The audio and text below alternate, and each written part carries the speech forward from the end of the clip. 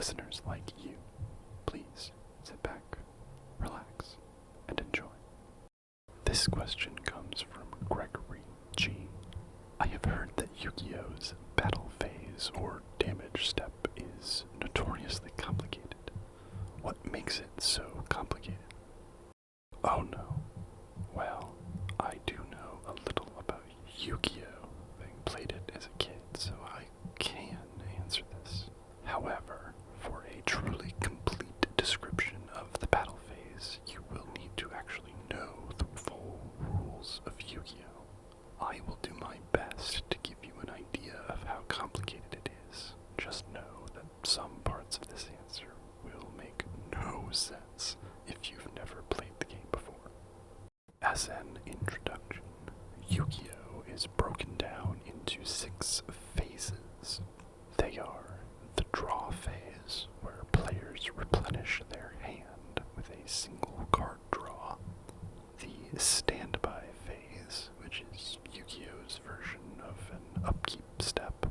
The main phase, which is actually broken up into the main phase 1 and the main phase 2, where the bulk of gameplay takes place.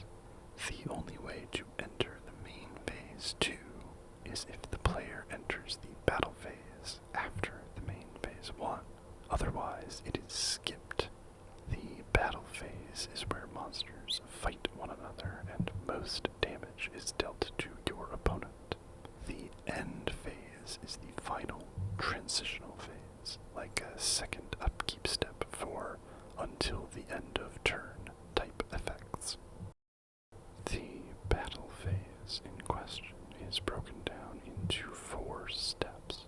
The start step, the battle step, the damage step, and the end step. The start step is simply a signal to the other player that the battle phase is beginning. Certain effects can be triggered here, especially those pertaining to actions in the battle phase, such as those that reduce incoming damage or those that skip the phase altogether. The end step, much like the end phase, functions a little like the cleanup step of the battle phase. Certain effects that trigger at the end of the battle phase happen here.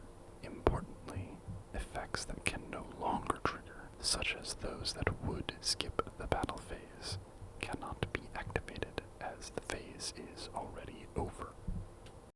This just leaves the battle step and the damage step. The battle step is where monsters actually do battle. Monsters may attack other monsters, or, if your opponent has none, the opponent directly. Attacks may only be declared one at a time, but the attacker does get to choose the target, assuming there is more than one. Each monster may only attack once per turn, unless they have some effect that changes this. Certain effects can be activated or triggered in response to an attack declaration, such as the iconic Mirror Force. Additionally, if the number of monsters on your opponent's side of the field changes after an attack is declared, you are allowed a replay. In a replay, sometimes referred to as a redeclare, you may decide whether or not to continue attacking with the same monster and may alter which monster it is targeting. If you choose not to continue the attack, that monster's attack is lost.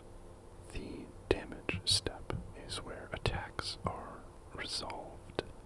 It is broken down into 5 timings where certain cards can or cannot be activated based on the card's timing.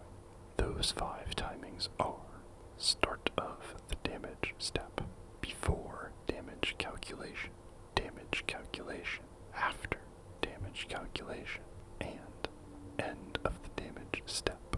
Before we get into the nitty-gritty of these 5 steps, let's talk about how Yugioh cards battle one another. First, monster cards can be in 2 positions, attack position or defense position. defense position may also be face down, but monsters in attack position cannot. Only monsters in attack position can declare attacks. When two monsters battle, they compare their attack or defense stat to determine damage. If both monsters were in attack position, the monster with the lower number is destroyed, and its controller takes damage equal to the difference in the attacks of the two monsters. If they were both in attack and had an equal attack stat, then both monsters are destroyed and no damage is dealt, since the difference is 0. If the defender is in defense position, no damage is dealt to its controller if its defense was lower than the attack, but the monster is still destroyed. In the inverse, if the attacker was lower than the defender, the attacking player takes damage equal to the difference, but the attacking monster is not destroyed. Nothing happens in the event of a tie in this situation. There are many cards and effects in Yu-Gi-Oh! That alter these rules, allowing for the prevention of destruction, the prevention of damage attacking from defense position, piercing through a defender, and so much more. But these are the fundamental rules of battles. Now, at the start of the damage step, the turn player declares they are beginning the damage step. Effects that apply during the damage step only are applied immediately. Cards that can be activated at the start of the damage step can now also be activated. Older cards that have not yet been updated to current card effect wording, this is known as problem-solving card text, or PSCT in-game, that say, without applying damage calculation, or something like this, can either be applied now, or during the before damage calculation step. Spells, traps, and quick effects that directly alter the attack or defense stat of a monster may also be activated during this step. This includes increasing, decreasing, switching the values, setting the values to a certain number, and more.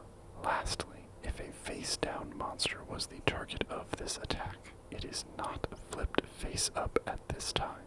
So, if your at the start of the damage step effect would destroy the target of the attack, that face-down card would be destroyed face down. If it had a flip effect, an effect that activates whenever it is flipped face up, it would not activate. The before damage calculation step timing is when face-down monsters are flipped face up. Additionally, if an effect activated in this timing puts the target monster face down, it is immediately flipped face up. If the monster was flipped face up and it has a continuous effect, that effect is applied immediately unless the effect cannot be applied yet. For example, an effect that prevents it from being attacked.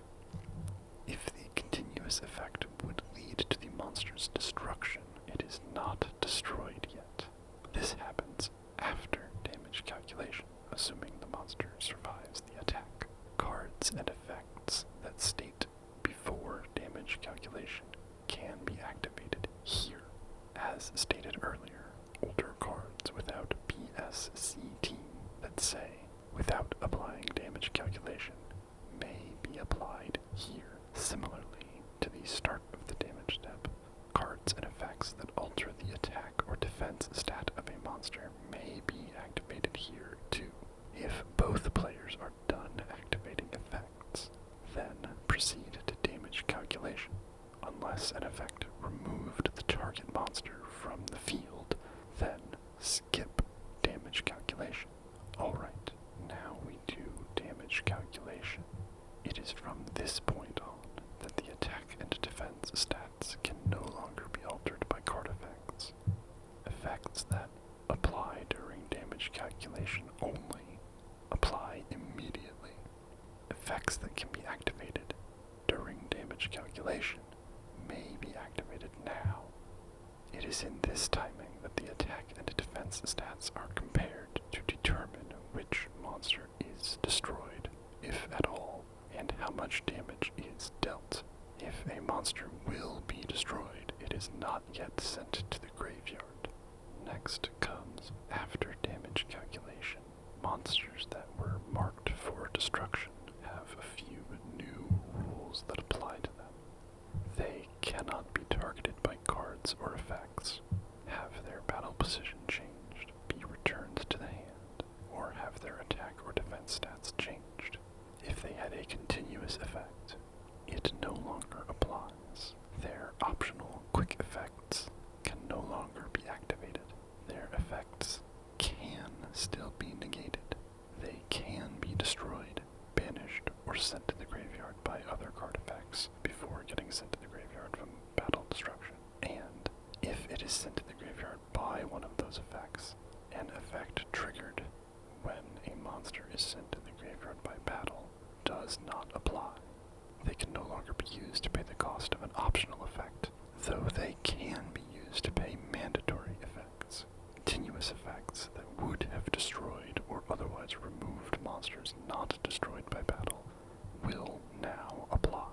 Cards and effects that activate after damage calculation, or if a player takes battle damage, or by being flipped face up, can now be activated. Finally, there's the end of the damage step. Monsters that were marked for destruction are now sent to the graveyard, unless another effect sends them elsewhere, or they are a pendulum monster. Pendulum monsters are sent face up to the extra deck. Cards and effects that activate at the end of the damage step can be activated at this time, as well as any effects that trigger when a card is destroyed. After there are no more of these effects to activate, the damage step ends and play proceeds back to the battle step. The types of cards or effects that can be activated during the damage step are limited. As mentioned earlier, those that alter the attack or defense of a monster can be activated, but only until damage calculation. Officially, these are the other types of cards or effects that can be activated during damage step. Counter trap cards, mandatory effects, fast effects that negate the activation or effect of a card, and optional trigger effects that activate in response to the card changing locations, being flipped face up, or changing its battle position, as long as the effect does not normal or fusion summon any monsters. As you can see, there are a lot of minute details in the battle phase and its damage step.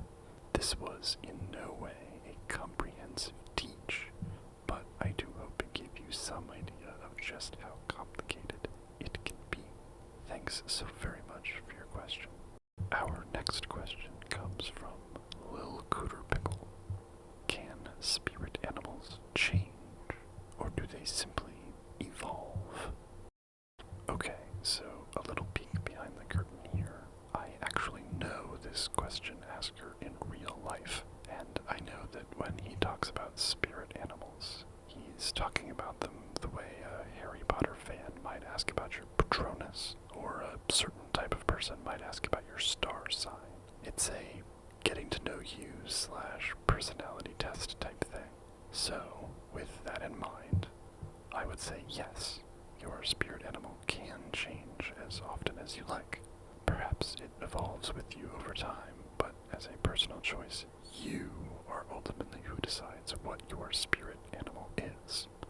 Mine is a raven, by the way. Anyway, let's examine this question as if I didn't have the personal history with this question asker to spit out a quickie response. Let's see what we can learn about spirit animals and whether or not they change and or evolve. To start, there isn't really a literal category of spirit animal. There are 5 different things that are pretty close, so we can examine all of them a bit to see which best answers the question and aligns with our asker's intent. The first is by name, the closest, and by definition, probably the furthest. The phrase animal spirits has been used in old medical texts and in economic discussions since the 1500s and the 1700s, respectively. In these writings, animal spirits refers not to a specific animal representation any person could have, but is instead used as a way to simply define our instincts, our impulses, and our passive emotions. Why did you impulse buy that carton of chocolate ice cream? Your animal spirit. What keeps you breathing? Your animal spirit. Why do you hate your dead-end job? Your animal spirit. In this sense, your animal spirit may evolve as you grow, but its lack of specificity makes me think we should look elsewhere for a true answer to this question. Next, we move into the realm of spirituality, where I expect to actually find an answer to this question.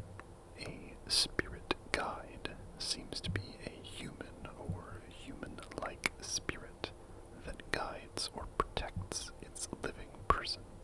While not always human, I could not find any direct evidence of animalistic spirit guides.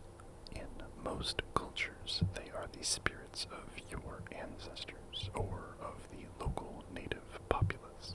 In this sense, your spirit guide might change. It could be your grandmother guiding you through one difficulty and your great-grandfather on the next. These are not spirit animals, however, so we move on. Next up is the familiar or familiar spirit. This will be much more well known to anyone who plays Dungeons and Dragons, especially as a wizard, but it draws its origins from witchcraft and folk healing. A familiar would present itself to the person in question and could even change forms, sometimes human, sometimes animal. These were sometimes said to be guides to budding witches as they came into their power, but the form of the familiar was not chosen by the witch herself. Depending on the culture of origin, familiars are said to either be a reflection of one's inner self or a spiritual manifestation of one's conscious mind. Some even believe these familiars to be demons or fairies.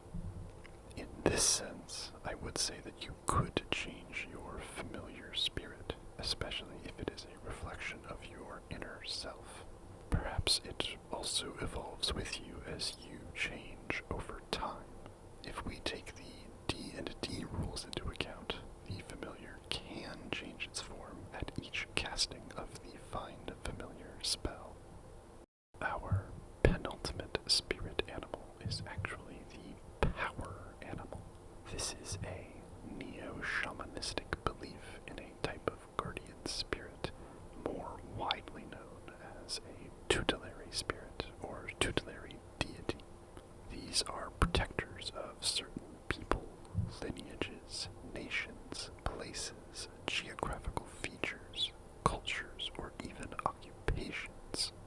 These power animals, being so specific to one person or one place, would then not be interchangeable and probably would not evolve either. Lastly, we come to totems. In their original cultural usage, these dudems were representative of individual clans and were often animal spirits. Totems, as the term has been applied to other cultures, often represent people, families, or places, and are not always animal spirits.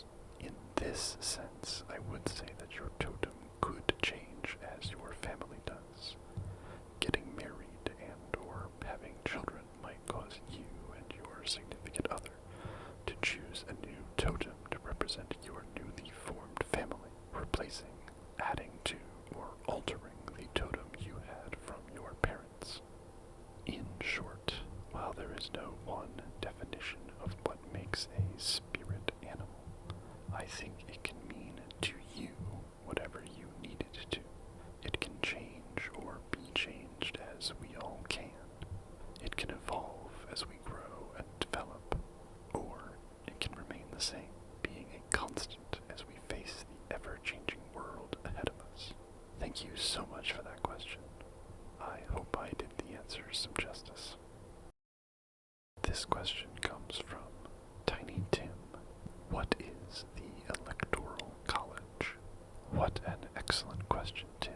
And as a voting American, I can kind of explain it. For those who do not know, in U.S. presidential elections, the winner is decided by the Electoral College rather than by pure vote count or number of districts won. The Electoral College itself is a collection of 538 electors who come together in mid-December to cast their votes for president and vice president. These electors are selected by the states, one for each district the state has, plus 3 for the District of Columbia, who meet at their respective state houses to cast their votes. In an election, when a person casts their vote for a presidential candidate, what they are actually voting for is an elector who will then cast their vote for that president in the future. To elaborate, especially for our non-American listeners, Election Day in the U.S. is the first Tuesday of November, the 4th this year. Most states also allow for mail-in, absentee, or early voting up to 2 weeks prior to this day. On election night, many ballots are counted, and these numbers are used for all the graphics we see on TV that evening. However, ballots are actually counted for many days following the election. Once all the ballots have been counted and the result certified, then whichever candidate has the majority of votes will receive that state's electoral votes in 48 of the 50 states.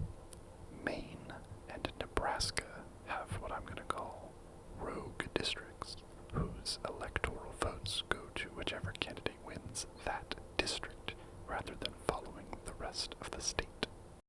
Once these numbers have been certified, then, in mid-December, the electors meet in their state capitals to cast their votes separately for president and then vice president.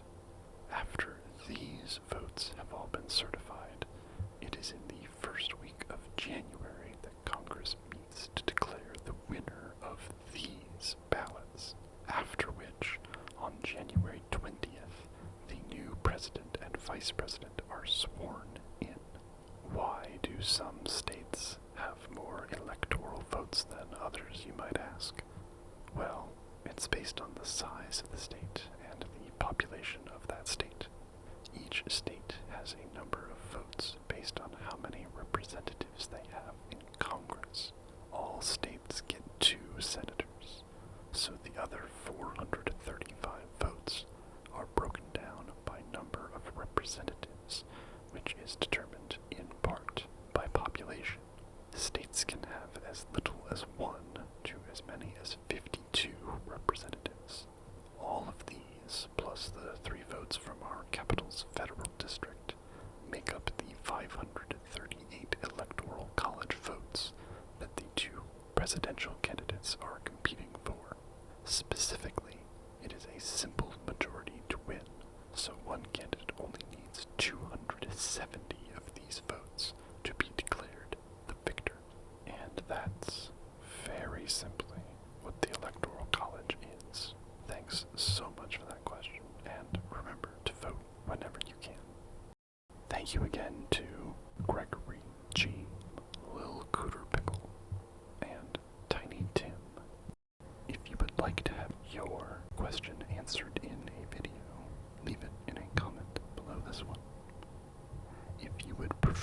ask your question a little more privately, you can email me your question at questionsandasmr@gmail.com.